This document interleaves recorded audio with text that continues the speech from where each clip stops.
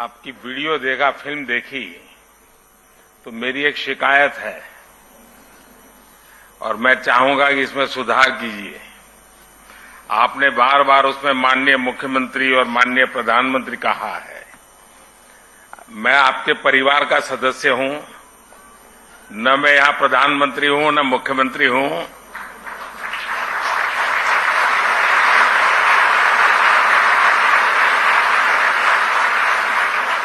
और शायद मुझे जो सौभाग्य मिला है वो बहुत कम लोगों को मिला है। मैं 4 पीढ़ी इस परिवार के साथ जुड़ा हूं, 4 पीढ़ी, और चारों पीढ़ी मेरे घर आई है। ऐसा सौभाग्य बहुत कम लोगों को मिलता है और इसलिए मैं कहता हूं कि फिल्म में जो बार बार मुख्यमंत्री और प्रधानमंत्री है, मैं तो आपके परिवार का सदस्य हूं और हर बार एक परिवार के सदस्य के रूप में आने का जब भी अवसर मिला है, मेरी खुशियां अनेक गुना बढ़ गई हैं।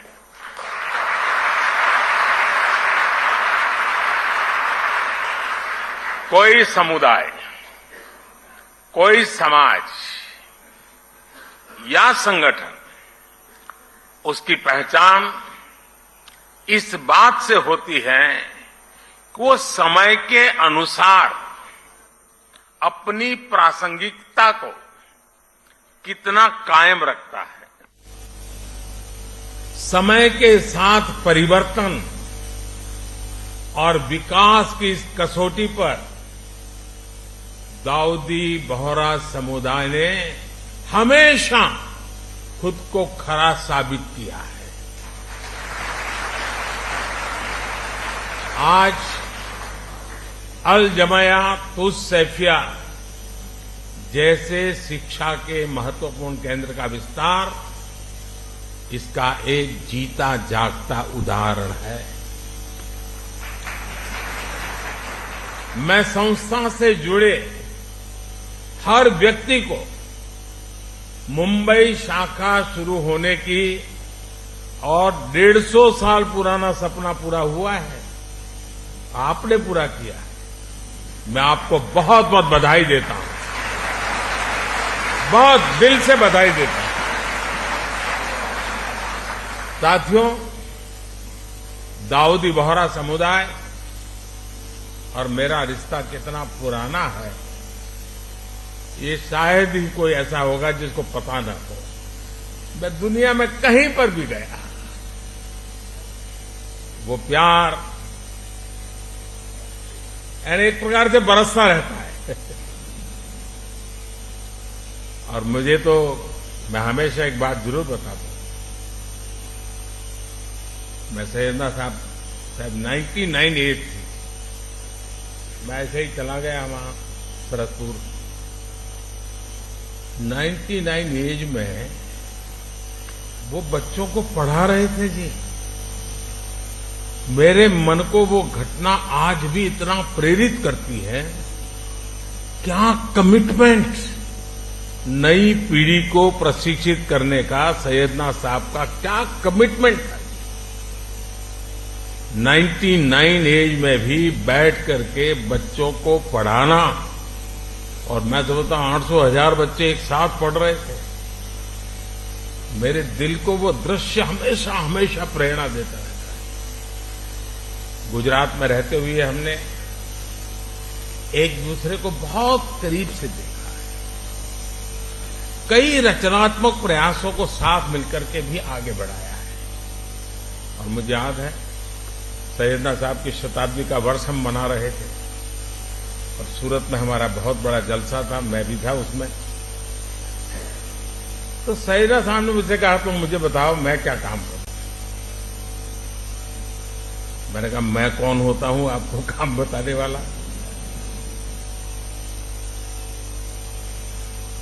लेकिन उनका बड़ा आग्रह था, तो मैंने कहा, देखिए गुजरात को तो हमेशा पानी का संकट रहता है, आप उसमें कुछ जरूर। और मैं आज भी कहता हूं, उस एक बात को आज इतने साल हो गए, पानी के रक्षा के काम में आज भी बोहरा समाज के लोग जी जान से लगे हुए, जी जान से लगी। ये मेरा सौभाग्य है और इसलिए मैं कहता हूं कुपोषण के खिलाफ लड़ाई से लेकर जल संरक्षण के अभियान तक समाज और सरकार कैसे एक दूसरे की ताकत बन सकते हैं, हमने साथ मिलकर के वो किया है और मैं इसका गौरव अनुभव करता हूं। और विशेषकर हिज होलीनेस सैयदना मोहम्मद बुरहानुद्दीन साहब, उनके साथ जब भी मुझे चर्चाएं करने का अवसर मिला, उनकी सक्रियता, उनका सहयोग मेरे लिए भी एक प्रकार से मार्गदर्शक रहा है। मुझे एक बहुत बड़ी ऊर्जा मिलती थी। और जब मैं गुजरात से दिल्ली गया,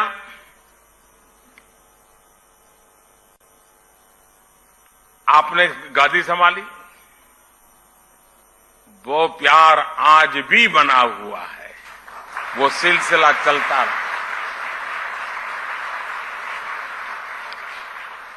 इंदौर के कार्यक्रम में his holiness doctor Syedna Mufaddal Saifuddin साहब और आप सब ने अपना जो स्नेह मुझे दिया था, वो मेरे लिए बहुत अनमोल है। साथियों, मैं देश ही नहीं, जैसा मैंने कहा विदेश में भी कहीं जाता हूं तो मेरे बोहरा भाई बहन रात में अगर 2 बजे भी लैंड किया है तो 2-5 परिवार तो आए ही है एयरपोर्ट पे। मैं उनको कभी कहता हूं इतनी ठंड में आप क्यों कर सुराते? नहीं, बोले आप आए हैं तो बस हम आ गए। वो दुनिया के किसी भी कोने में क्यों ना हो, किसी भी देश में क्यों ना हो, उनके दिलों में भारत की चिंता और भारत के लिए प्रेम हमेशा दिखाई देता था।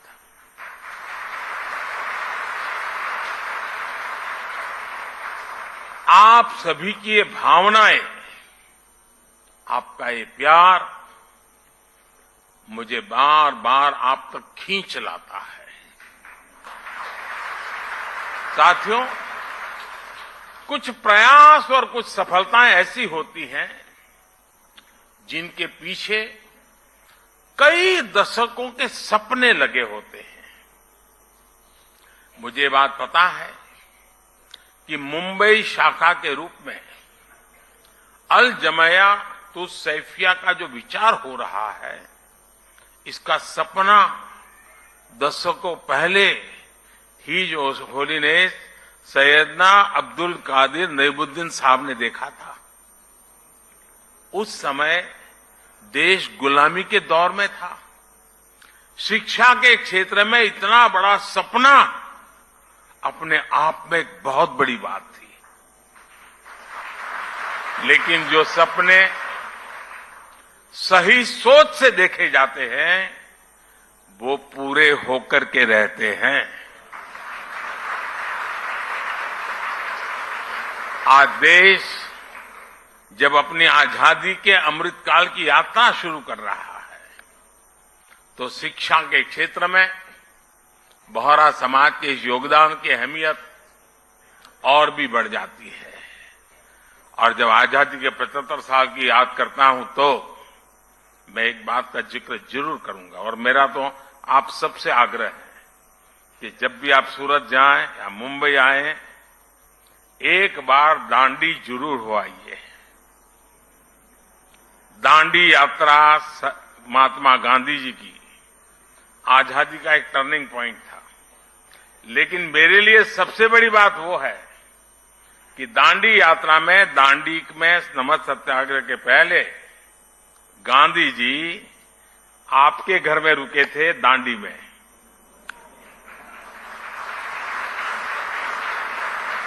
और जब मैं मुख्यमंत्री बना तो मैंने आपसे प्रार्थना की, सैयदना साहब से मैंने कहा, सैयदना साहब मेरे दिल में बहुत बड़ी इच्छा है, एक पल के गंवाए बिना वो बहुत बड़ा बंगलो समुद्र के सामने है बिल्कुल, वो पूरा बंगलो मुझे दे दिया और आज वहां बढ़िया स्मारक बना हुआ है।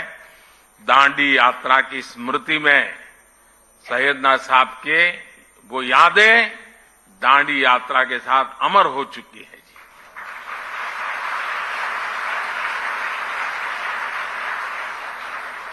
आज देश नई राष्ट्रीय शिक्षा नीति जैसे सुधारों के साथ, यहां बहुत सारे पुराने और आज वर्तमान वाइस चांसलर्स बैठे हैं, मेरे सारे साथी रहे हैं। अमृत काल में जिन संकल्पों को हम आगे बढ़ा रहे हैं, महिलाओं को, बेटियों को आधुनिक शिक्षा के नए अवसर मिल रहे हैं। इसी मिशन के साथ अल जमायातुस सैफिया भी आगे बढ़ रहा है। आपका करिकुलम भी आधुनिक शिक्षा के हिसाब से अपग्रेडेड रहता है और आपकी सोच भी पूरी तरह से अपडेटेड रहती है। विशेषकर महिलाओं की शिक्षा को लेकर इस संस्था के योगदान सामाजिक बदलाव को एक नई ऊर्जा दे रहा है। साथियों, शिक्षा के क्षेत्र में भारत कभी नालंदा और तक्षशिला जैसे विश्वविद्यालयों का केंद्र हुआ करता था। पूरी दुनिया से लोग यहां पढ़ने और सीखने आते थे। अगर हमें भारत के वैभव को वापस लाना है तो हमें शिक्षा के उस गौरव को भी वापस लाना होगा। इसलिए आज भारतीय कलेवर में ढली आधुनिक शिक्षा व्यवस्था ये देश की प्राथमिकता है। इसके लिए हम हर स्तर पर काम कर रहे हैं। आपने देखा होगा, पिछले 8 वर्षों में रिकॉर्ड संख्या में यूनिवर्सिटीज भी खुली है। मेडिकल एजुकेशन जैसी फील्ड में जहां युवाओं का रुझान भी है और देश की जरूरत भी है, उसे देखते हम हर जिले में मेडिकल कॉलेज खोल रहे हैं। आप देखिए, 2004 से 2014 के बीच देश में 145 मेडिकल कॉलेज खोले थे, जबकि 2014 से 2022 के बीच 260 से ज्यादा मेडिकल कॉलेज खोले गए।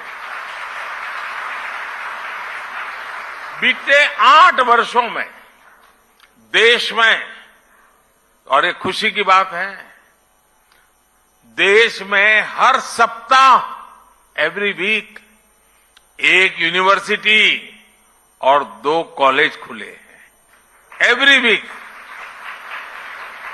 ये स्पीड और स्केल इस बात के गवाह है कि भारत उस युवा पीढ़ी का पुल बनने जा रहा है जो विश्व के भविष्य को दिशा देगी। साथियों, महात्मा गांधी कहते थे कि शिक्षा हमारे आसपास की परिस्थितियों के अनुकूल होनी चाहिए, तभी उसकी सार्थकता बनी रह सकती है। इसलिए देश ने शिक्षा व्यवस्था में एक और अहम बदलाव किया है।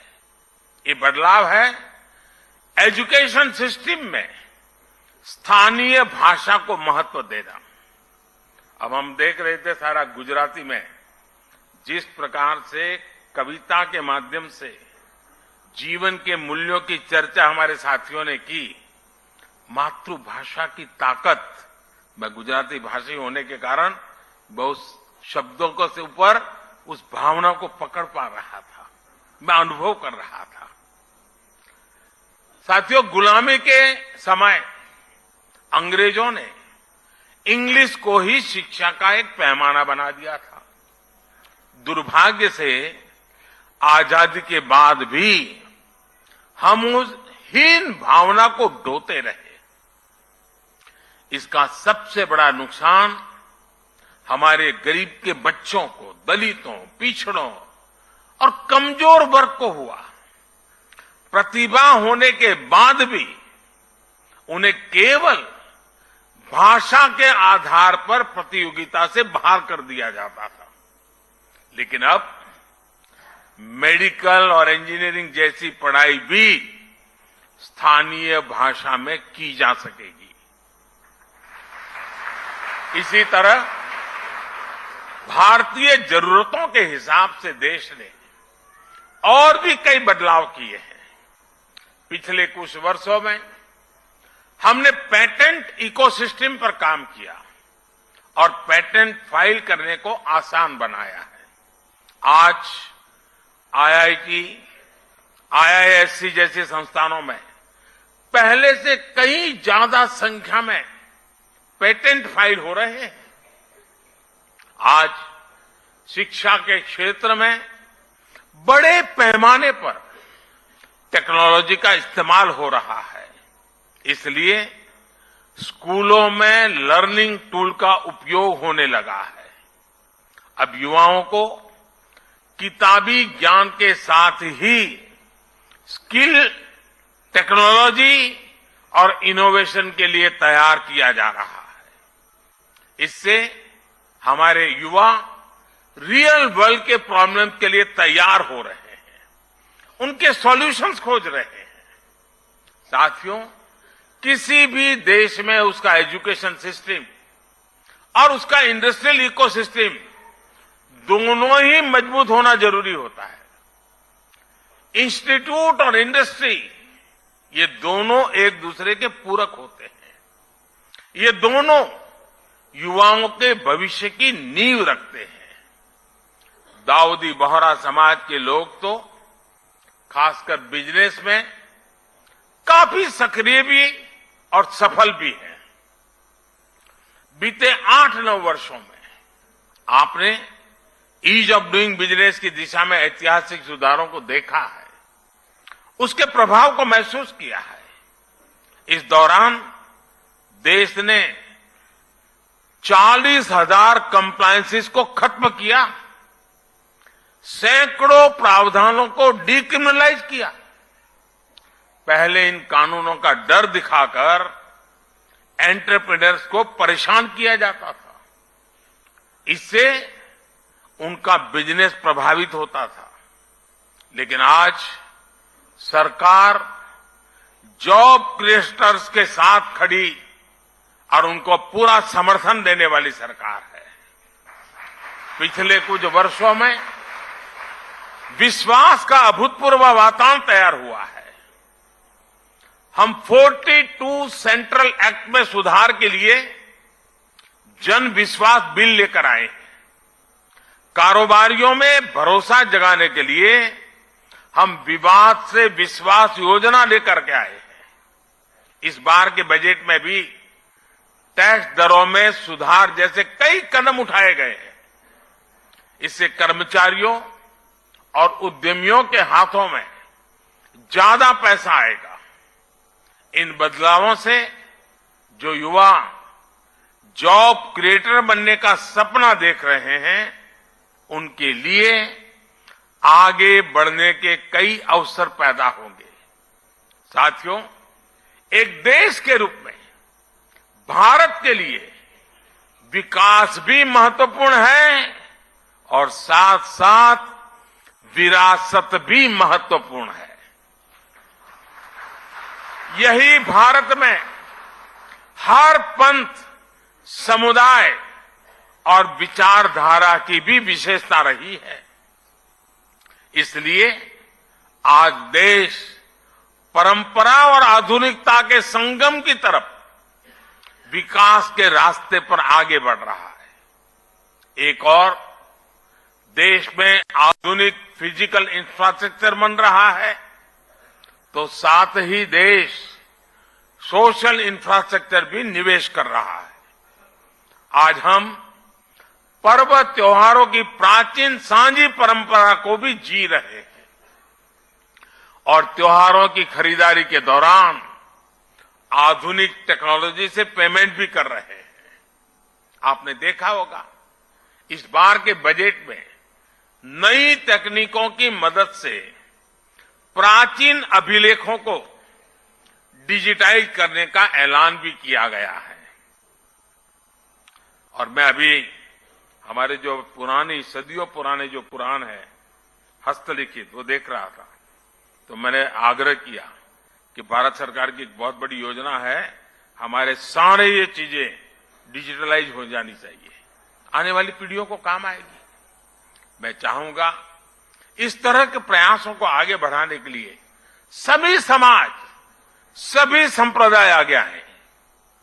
किसी भी पद्धति से जुड़े अगर कोई प्राचीन टैक्स है तो उन्हें डिजिटाइज किया जाना चाहिए। बीच में मैं मंगोलिया गया था, तो मंगोलिया में हस्तप्रत भगवान बुद्ध के जमाने की कुछ चीजें थी, अब वहां पड़ी थी। तो मैंने कहा कि आप मुझे दे दीजिए, मैं इसको डिजिटलाइज करता हूं, और उस काम को हमने कर दिया। हर परंपरा, हर आस्था एक सामर्थ्य है। युवाओं को भी इस अभियान से जोड़ा जाना चाहिए। दाऊदी बोहरा समाज इसमें बहुत बड़ी भूमिका निभा सकता है। इसी तरह पर्यावरण संरक्षण हो, मिलेट्स का प्रसार हो, आज भारत इन विषयों पर पूरे विश्व में बड़े अभियान को लीड कर रहा है। आप इन अभियानों में भी जन भागीदारी को बढ़ाने के लिए इन्हें लोगों के बीच लेकर जाने का संकल्प ले सकते हैं। इस वर्ष भारत G20 जैसे महत्वपूर्ण वैश्विक मंच की अध्यक्षता भी कर रहा है। बोहरा समाज के जो लोग विदेशों में फैले हैं, वो इस अवसर पर विश्व के सामने सामर्थ्यवान होते भारत के ब्रांड एम्बेसडर का काम कर सकते हैं। मुझे विश्वास है कि आप हमेशा की तरह इन जिम्मेदारियों का उतनी ही खुशी से निर्वहन करेंगे। विकसित भारत के लक्ष्य तक पहुंचने में दाऊदी बोहरा समुदाय अपनी महत्वपूर्ण भूमिका निभाता रहा है, निभाता रहेगा, ये मेरा पूरा विश्वास है। और इसी कामना और इसी विश्वास के साथ आप सभी को मैं फिर से एक बार बहुत बहुत शुभकामनाएं देता हूं। और इस पवित्र अवसर पर आपने मुझे यहां आने का अवसर दिया। सैयदना साहब का विशेष प्यार रहा है। पार्लियामेंट चल रही थी, फिर भी मेरे लिए यहां आना उतना ही महत्वपूर्ण था, और इसलिए मुझे आज आकर के आप सबके आशीर्वाद लेने का सौभाग्य मिला। मैं फिर एक बार आप सबका हृदय से बहुत बहुत धन्यवाद करता हूं। बहुत बहुत धन्यवाद।